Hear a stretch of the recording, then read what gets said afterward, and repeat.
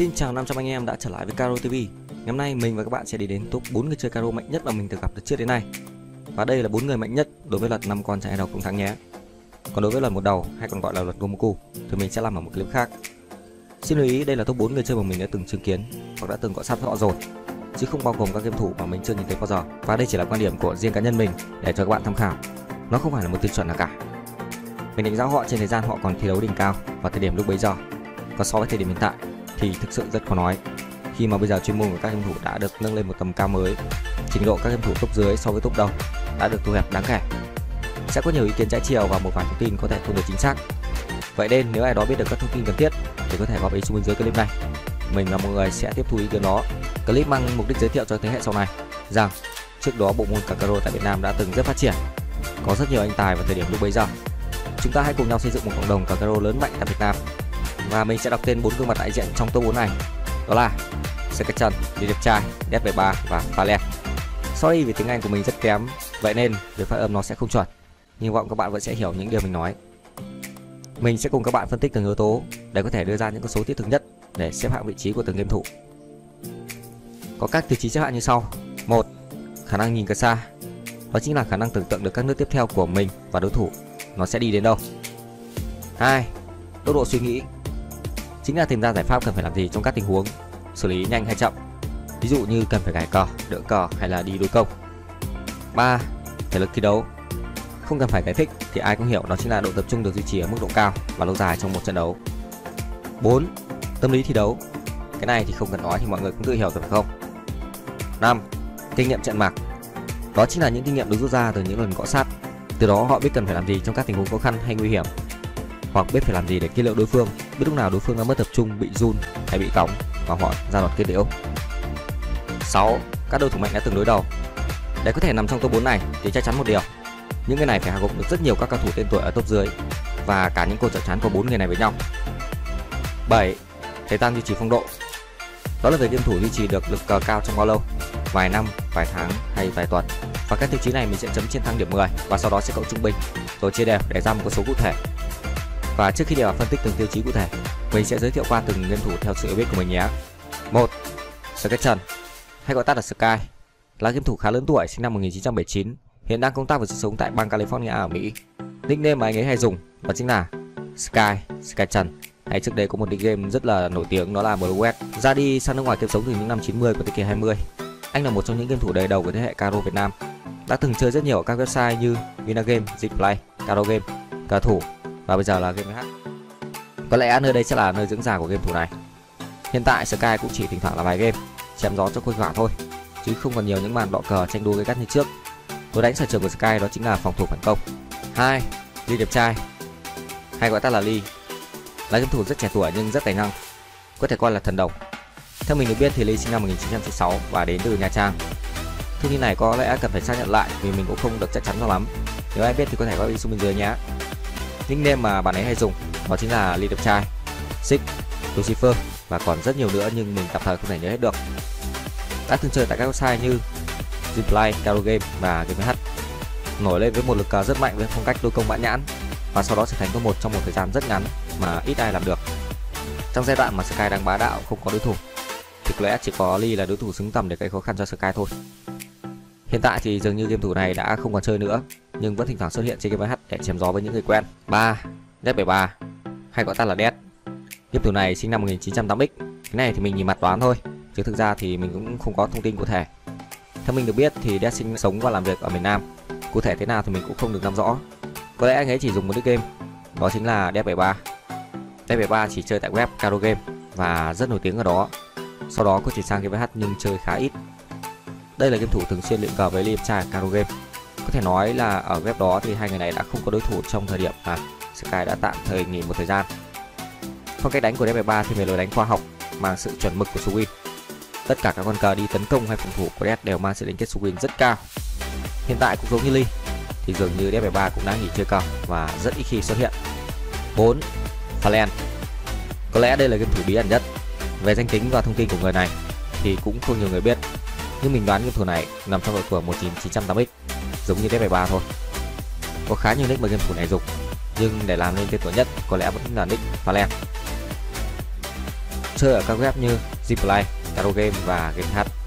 Trong giai đoạn là Zplay thì ngoài Lee ra, Fallen cũng là một đối thủ rất đáng gờm đối với Sky. Phong cách chơi của anh cũng giống như Sky là một lối đánh phòng thủ phản công. Hiện tại thì có lẽ game thủ này cũng đã không còn chơi nữa. Và đây chính là phần giới thiệu sơ qua của các game thủ.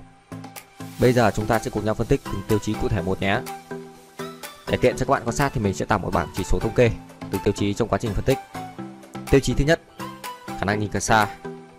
Với tiêu chí này thì có lẽ không có quá nhiều sự khác biệt giữa các game thủ, vì thực ra để nằm trong top 4 này thì cả 4 người họ đều phải là những người có trình độ vượt bậc và khả năng nhìn cờ rất xa. Theo sự quan sát của mình qua những lần giao lưu và những lần thi đấu của họ thì mình chấm 3 người: Sky, Lee, F3 sẽ là 9,5, Fallen sẽ là 9. Ở tiêu chí thứ hai là tốc độ suy nghĩ. Bắt đầu từ tiêu chí này thì có lẽ sẽ có nhiều sự khác biệt. Nếu như những các thủ nào đã chơi lâu năm thì sẽ biết được tốc độ đánh của Lee là bá đạo như thế nào. Gần như là đối thủ đánh con nào thì Lee đã lập tức đánh con tiếp theo chỉ trong vòng 3 đến 4 giây. Nhưng nó lại ở một mức độ chính xác rất cao chứ không phải là đánh theo cảm tính. Bạn nào chưa xem thì có thể vào kênh của mình quan sát clip Lee đánh 10 giây nhé. Còn đối với Sky, ở anh ấy là một sự cẩn thận và nhịp nhàng, suy nghĩ không quá nhanh như Lee nhưng cũng không hề chậm. Và con cờ một khi Sky đã đặt xuống, nó đều mang một sự chuẩn chỉ và có một ý đồ riêng. Đối với F73, với game thủ này thì mình lại không đánh giá cao ở tốc độ suy nghĩ. Là một game thủ rất thuần thục kỹ năng mở cờ cũng như block bằng swing, một lối đánh mang tính khoa học và độ chuẩn mực cao. Chính vì thế F73 không bao giờ nghĩ nhanh mà suy nghĩ khá chậm, thật chắc chắn mới đặt cờ xuống. Với Fallen, là một game thủ có lối đánh phòng thủ phản công giống như Sky, nhưng tốc độ đánh thì không thể nào bằng được. Vì lối đánh phòng thủ phản công cần phải nghĩ đi thủ trước khi đi công, nên Fallen cũng suy nghĩ khá chậm và chắc chắn, có lẽ sẽ nhanh hơn F73 một chút xíu thôi. Như vậy, tổng kết mình chấm tiêu chí tốc độ suy nghĩ thì Lee đạt 10, Sky 9, F73 sẽ là 7,5 và Fallen sẽ là 8. Tiêu chí thứ ba, thể lực thi đấu. Có lẽ nói đến đây thì cũng khá nhiều người biết được ai là con trâu trong 4 người này rồi.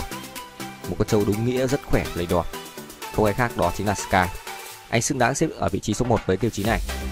Là một game thủ có lối chơi phòng thủ phản công, luôn luôn phải chịu những đòn sát thương đến từ đối phương. Thế nhưng anh lại duy trì được một sự tập trung cao độ ở trạng thái rất lâu. Sự tập trung cao độ đó thể hiện ở chỗ dù có chơi đến ván thứ 40 hay 50 thì lực cờ của Sky cũng không khác nhiều so với ván đấu thứ nhất. Điều mà mình chưa từng thấy một game thủ nào làm được như vậy. Xếp ở vị trí thứ hai, mình cho rằng đó chính là Lee đẹp trai. Nếu như bạn nào đã từng xem clip 10 giây của đối đầu giữa Sky và Lee đẹp trai thì sẽ thấy được thể lực của Lee đẹp trai cũng không phải dạng vừa.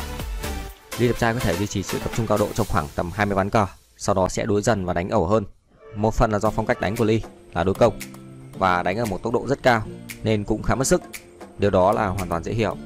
Nhưng các bạn phải nên nhớ là 20 ván đấu này phải là đụng độ với cao thủ kiểu như là Sky, F73, Fallen hoặc là top 5 nhé.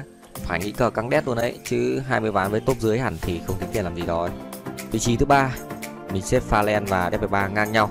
Với việc Fallen là một người chuyên đánh phòng thủ phản công thì sẽ rất khó để giữ được một sự tập trung lâu dài như Sky, bởi vì Sky là một sự khác biệt rồi. Còn đối với F73, là một người có kỹ năng swing chuẩn mực, anh luôn phải suy nghĩ rất kỹ từng liên kết swing để tìm ra lựa chọn tối ưu nhất. Điều đó sẽ khiến anh rất mất sức và hao mòn thể lực, dẫn đến việc tập trung cao độ sẽ không thể duy trì lâu dài. Theo mình thấy thì cả F73 và Fallen sẽ tập trung cao độ được trong khoảng 10 đến 15 ván đấu. Như vậy, tổng kết ở tiêu chí này mình sẽ chấm Sky 10 điểm tuyệt đối với một sự khác biệt rất lớn so với phần còn lại. Lee sẽ là 9 và hai người còn lại sẽ là 8. Tiêu chí thứ tư, tâm lý thi đấu. Với tiêu chí này thì có lẽ sẽ không có sự khác biệt quá lớn, bởi để vào top 4 này thì cả 4 người họ đều phải tự khẳng định được khả năng với tất cả mọi người, đã phải chạm trán với rất nhiều cao thủ rồi. Điều đó cho thấy họ sẽ có một tâm lý rất vững vàng trước những kèo đấu giao lưu hoặc là giải đấu nào đó. Mình nghĩ là tiêu chí này cũng sẽ phụ thuộc vào độ tuổi và tính cách của các game thủ khá nhiều. Đối với Sky, với số trận chinh chiến và thâm niên chơi cờ quá nhiều năm rồi, anh đánh bại hết cao thủ này đến cao thủ khác, nhận rất nhiều kèo đấu vào đều giành chiến thắng. Anh luôn đứng vững một cách có trọng lượng.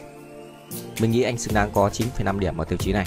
Với Lee đẹp trai, tuy là game thủ trẻ tuổi trong 4 người nhưng lại là một game thủ rất có cá tính, có một sự khác biệt với các game thủ cùng trang lứa. Cũng đã hạ gục rất nhiều cao thủ vào thời điểm lúc bấy giờ, gần như là không có đối thủ trừ 3 người trong top 4 này ra. Nhiều cao thủ còn nói có cảm giác còn sợ đối đầu với Lee hơn là gặp phải Sky. Một phần, Lee là game thủ có lối đánh đối công mạnh mẽ nên sức sát thương của Lee là rất mãnh liệt. Ai không chịu được áp lực thì chưa đến vài nước đã nằm sàn rồi. Khác với Sky là một lối đánh phòng thủ phản công, nó mang sự hài hòa, nhẹ nhàng hơn, đều đều và từ từ cho đến cuối trận. Nhưng đối thủ lại chết lúc nào không hay. Và có cảm giác nếu như Lee có được một phong độ cao nhất thì anh có thể săn bằng mọi đối thủ vậy, dù đó có là Sky hay là ai cho đi nữa. Rất ngang tàn nhưng đó là chất riêng của Lee. Và mình nghĩ Lee là một thần đồng, là game thủ cực kỳ bản lĩnh. 9,5 điểm là con số mình nghĩ là phù hợp. Đối với F73, Mình cũng đã chứng kiến khá nhiều trận đấu của DB3 với các cao thủ top 5 như là Việt Hoàng, 02, Hoàng tử Mùa Đông hay Mr Baby vân vân.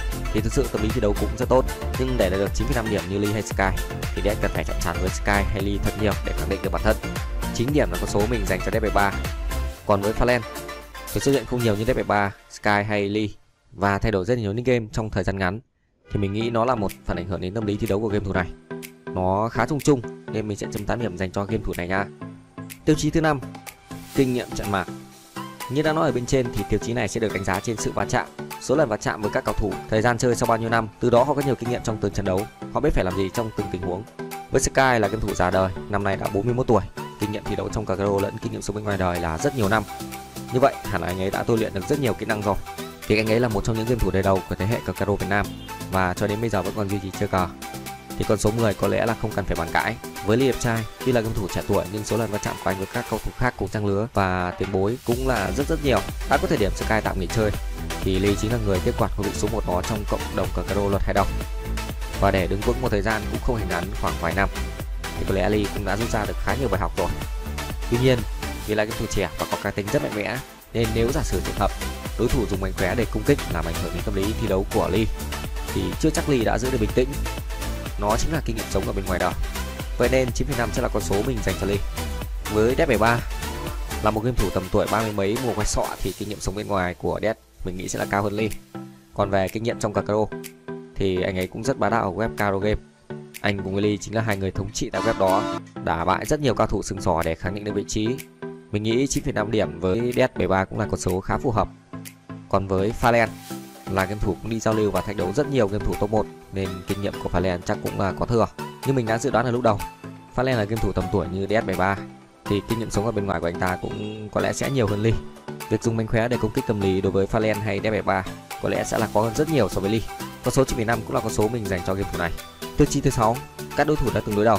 Phải nói là đưa tiêu chí này vào có lẽ sẽ là hơi thừa, vì để vào top 4 này thì họ đã phải đánh bại được tất cả các cầu thủ khác. Nhưng các bạn hãy khoan nhé, mình sẽ phân tích cho các bạn hiểu ngay thôi. Điều đương nhiên là cao thủ top 5 trở xuống chắc chắn là phải ăn hành rất nhiều 4 con người này rồi. Cái đó mình không nhắc nhiều nữa. Cái mình muốn nói thực sự ở đây là sự đụng độ của 4 người này với nhau.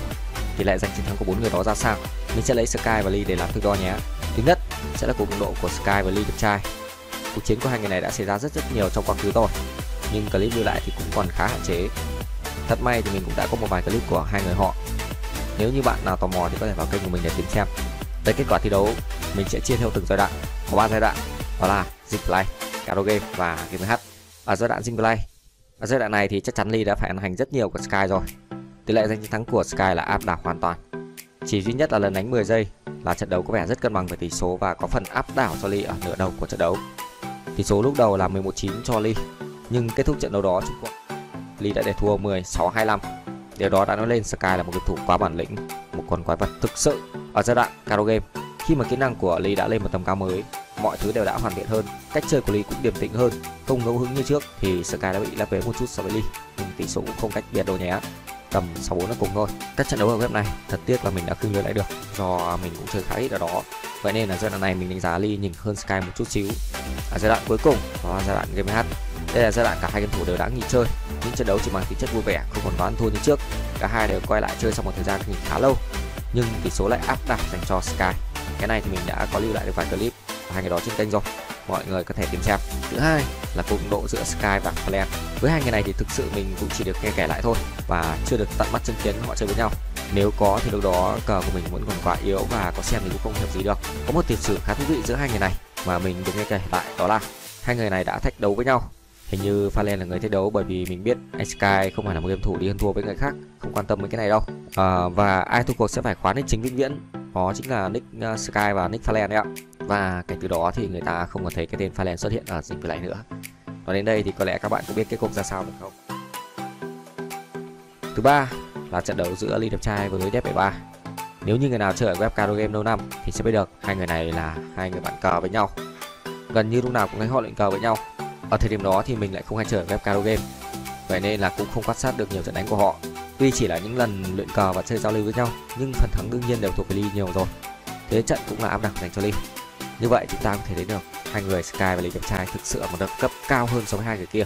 Còn những trận đấu còn lại giữa Sky và Dead, Fallen với Dead 73 hay là Fallen với Lee đẹp trai thì mình cũng không được chứng kiến lần nào cả. Nhưng từ việc phân tích các trận đấu ở bên trên, mình nghĩ là mọi người cũng tự đoán được và nghiêng về cho ai rồi phải không? Tổng kết lại thì ở tiêu chí này mình sẽ chấm Sky là 9,5, Lee sẽ là 9 và hai người còn lại sẽ là 8. Tiêu chí cuối cùng, thời gian duy trì phong độ. Ở tiêu chí cuối cùng này là thời gian duy trì ở mức phong độ cao của 4 người này trong bao lâu, từ đó chúng ta sẽ đưa được ra con số chính xác nhất. Đầu tiên đối với Sky, vì bản thân mình là người bắt đầu chơi từ những năm 2012 cho đến bây giờ, nên sẽ có nhiều điều trước đó mà mình không thể nắm được về họ, mà cần phải nghe kể lại từ các tiền bối khác, nên thông tin có thể bị sai lệch đi chút ít. Theo mình được biết thì Sky xuất thân là một game thủ luật một đầu, hay là luật Gomoku đấy ạ. Khi anh ấy chơi web Vinagame với nickname là Blue Web, cái tên này thực sự rất đình đám và bá đạo ở web đó rồi. Còn cụ thể ra sao có lẽ mình cũng sẽ không nói ở đây vì nó khá mất thời gian. Vì sau này có quá nhiều shop xuất hiện và bản thân Sky chỉ muốn chơi được bằng cái đầu, nên anh ấy đã bỏ luật một đầu và quay sang luật hai đầu ở Zing Play. Ban đầu lúc mới chơi ở đây thì Sky cũng ăn hành dữ lắm nhé. Vì chưa cần luật và bị những ma cũ ở đây chém cho tơi tả, tỷ số rất là cách biệt luôn. Nhưng với một đánh bóng tư duy quá tốt ở luật một đầu, chỉ trong một thời gian rất ngắn anh đã thích nghi được với luật hai đầu và phát hiện ra nhiều điểm mấu chốt quan trọng ở luật đấu này.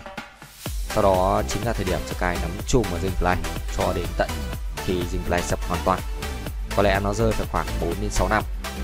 Tiếp theo, sang đến giai đoạn chờ Caro Game. Tuy đã có những đối thủ cứng cáp mọc lên, nhưng Sky vẫn không hề xuống cờ, vẫn duy trì ở mức độ cờ kinh khủng. Sky chơi web này có lẽ cũng phải tầm 3 năm. Cuối cùng là game VH thời điểm hiện tại, khi mà độ tuổi cũng đã lớn, không còn ham tranh đấu như trước đây. Giờ đây anh chỉ chơi cờ với tính chất giải trí và mang lại niềm vui mỗi ngày. Không còn trau dồi hay tu luyện bản thân như trước, thì lực cờ cũng đã suy giảm đáng kể. Cũng phải kể đến là thế hệ Caro bây giờ cũng có sự nghiên cứu nhiều hơn, có nhiều công cụ hỗ trợ hơn để cải tiến trình độ, nên lực cờ của Sky với các game thủ bây giờ không còn quá cách biệt như trước. Vậy nên con số 10 mình sẽ dành cho Sky đây, khi mà anh ấy đã duy trì ở một phong độ quá cao ở mức rất lâu. Thứ hai, đi đẹp trai. Là một game thủ trẻ tuổi xuất thân từ Zing Play, ban đầu chưa phải là một trong những game thủ top đầu lúc bấy giờ, nhưng cũng sở hữu một lực cờ rất đáng sợ rồi. Ở giai đoạn cuối cùng của web Zing Play, trước khi nó sập hoàn toàn thì khoảng 1-2 năm gì đó, lúc đó Lee bắt đầu đi vào con đường top 1. Thời điểm đó Lee đã chơi cân kèo và chơi song phẳng được với Sky rồi. Sau khi Zing Play sập, Lee chuyển sang làm ông trùm bên Caro Game, có lẽ cũng phải nắm chùm tầm 3 năm gì đó, cũng là rất lâu phải không ạ? Ở web Game VH thì cũng là giống như Sky. Lúc này Lee chỉ chơi mang tính chất vui vẻ, chủ yếu là lên gặp bạn cũ và chém gió 8 trận thôi. Mặc dù thời kỳ đỉnh cao đã qua đi, kể cả là đã nghỉ chơi khá lâu, thì những cao thủ top 5 đối đầu với Lee bây giờ cũng là rất vất vả. Vậy nên con số 9,5 mình sẽ dành cho Lee đẹp trai. Còn về hai người Fallen và Death73 thì họ cũng là những game thủ chơi cùng thời với nhau. Chỉ riêng Death73 là không chơi ở Zing Play, nhưng đã chơi ở Caro Game từ rất lâu rồi. Có lẽ là chơi trước cả ba người kia. Hai người này luôn luôn phải đứng sau hai cái bóng quá lớn, đó chính là Sky và Lee đẹp trai. Họ luôn luôn trong trạng thái bám đuổi và duy trì phong độ để theo sát hai người kia. Vậy nên con số 9 mình sẽ dành cho cả Fallen và Death73. Tổng kết tất cả các tiêu chí mà mình đã chấm ở bên trên thì điểm trung bình của 4 người này như sau. Sky ở vị trí số 1 với 9,64 điểm, Lee đẹp trai ở vị trí số 2 với 9,36 điểm, Death73 ở vị trí số 3 với 8,64 điểm và cuối cùng là Fallen với 8,5 điểm. Như vậy, ở clip này mình đã đi rất chi tiết và có những con số cực kỳ cụ thể để đánh giá xếp hạng vị trí của từng người trong top 4. Và như đã nói ở đầu clip này chỉ là nhận định chủ quan của mình dựa trên những thông tin mình có được, nên có thể nó sẽ có nhiều sai lệch. Nếu như bạn nào có những ý kiến khác hay có quan điểm riêng thì có thể comment xuống bên dưới nhé. Mình và tất cả mọi người sẽ cùng tiếp thu điều đó. Chúng ta hãy cùng xây dựng một cộng đồng cờ vững mạnh tại Việt Nam. Còn bây giờ thì xin chào tạm biệt tất cả và hẹn gặp lại.